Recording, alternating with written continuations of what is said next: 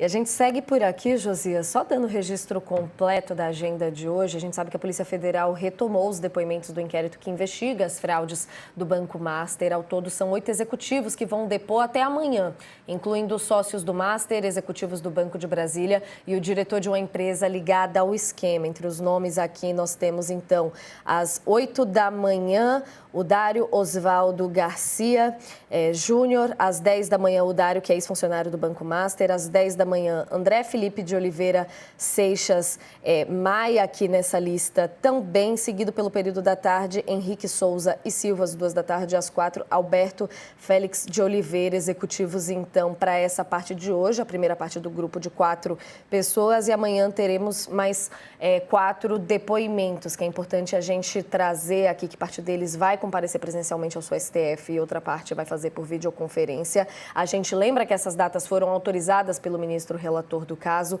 ministro Dias Toffoli, que está no centro das discussões por aqui no momento, e a gente segue acompanhando. A gente já está em contato agora, inclusive, aqui com o professor Oscar Vilhena, que ajuda a gente a traduzir isso tudo que está acontecendo. Agradeço demais a presença do senhor com a gente, professor. Queria começar te ouvindo sobre essa junção de notícias que a gente tem aqui, desde a manifestação do presidente Lula se posicionando mais firmemente sobre a situação de Dias Toffoli, os depoimentos acontecendo agora que já foram para um período mais encurtado, na esteira das decisões do Toffoli, na opinião do senhor que a gente tem agora, como que a gente chega nessa semana na discussão de impedimento ou não dele? Um bom dia.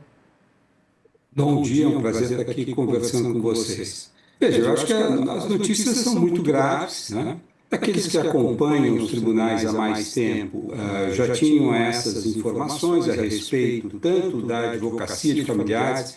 Isso começou, infelizmente, no STJ há muitos anos, né? E hoje também chega ao Supremo Tribunal Federal. Isso cria problemas enormes de integridade, cria problemas também de disparidade de armas entre as partes, né? As partes, uma é atendida por alguém. Veja, e nós nem precisamos ter um favorecimento específico, mas só a suspeita de que haja um favorecimento, isso já retira a credibilidade da decisão judicial e, portanto, do tribunal que a proferiu. Então, é muito ruim. Eu acompanhava aqui o Josias antes de entrar. Isso decorre, em grande medida, de uma decisão profundamente equivocada do Supremo Tribunal Federal em 2023, que afastou um artigo do Código de Processo Civil que impedia exatamente que juízes julgassem casos onde familiares fazem parte das bancas que defendem essas causas, né? Então, foi um problema que se avolumou nos últimos anos em face desse erro do Supremo Tribunal Federal. Ora, Oscar, nós vamos ter hoje 8 depoimentos no caso Master, né? Afora as atipicidades, né? Depoimentos vão ser feitos presencialmente ou por videoconferência no Supremo e não na Polícia Federal, dentro daquela linha do ministro Dias Toffoli de levar tudo rigorosamente para o Supremo, né? Mas serão 8 depoimentos que não têm conexão com o motivo que levou esse caso para o Supremo. Porque esse caso foi içado da primeira instância para o Supremo por conta de um contrato de uma transação imobiliária do Daniel Vorcaro, o banqueiro falido do Master, com um deputado federal, o João Carlos Bacelar. O negócio não se concretizou e a Polícia Federal diz que o tal deputado, o deputado Bacelar, não está sob investigação nesse caso. E os depoimentos desta segunda e da terça vão reforçar isso, porque nenhum dos depoentes tem nenhum vínculo com esse parlamentar. Então é possível até que surja no curso da investigação um ou outro detentor de foro por prerrogativa de função, mas hoje não tem foro privilegiado nessa investigação. Acha que isso, confirmando-se essa tendência nos depoimentos, reforça a conveniência de devolver o caso à primeira instância? Esse elo, ou a ausência de elo, com alguém que tenha prerrogativa de foro, dificulta a manutenção desse caso no Supremo, ou você acha que pode continuar lá? Não, eu acho que esse caso jamais deveria ter subido ao Supremo Tribunal Federal. já me manifestei publicamente sobre isso, né?